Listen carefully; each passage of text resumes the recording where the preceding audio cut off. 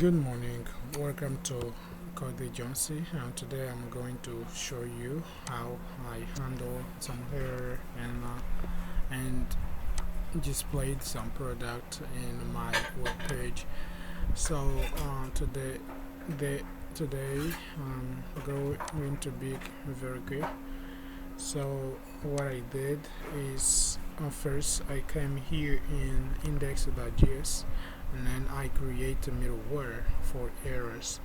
So I return like response status 404 that will run the error, and then I also handle it 500 errors here. So I use it also middleware for response.status 500, and then rendering errors there.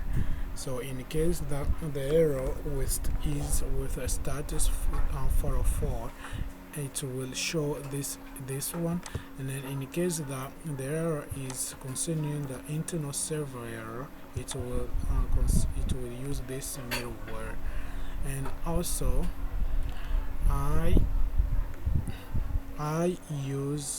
create a folder called the utility, and then create a folder called errors here in views, and then inside there I used this template to show the error message as well. There's a title, there's also a message as well.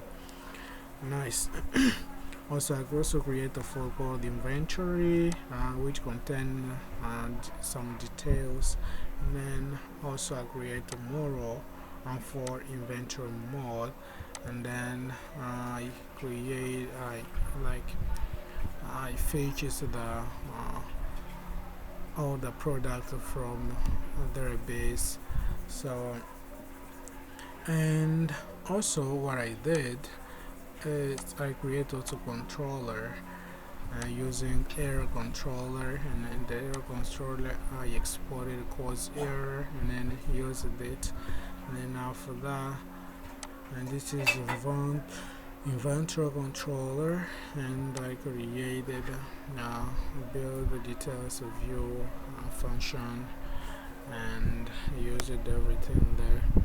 So also, and then that's why, so we will finish it in the next week, but for now let me show you how it works. So I pushed up my code to the GitHub, and then deployed it using render.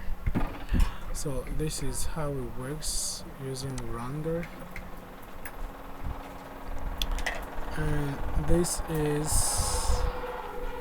is our web page, and just below this trigger server error. So once I click there, if there's an error, we should see server error. So it means like there's an error from server side. So that's what I did today.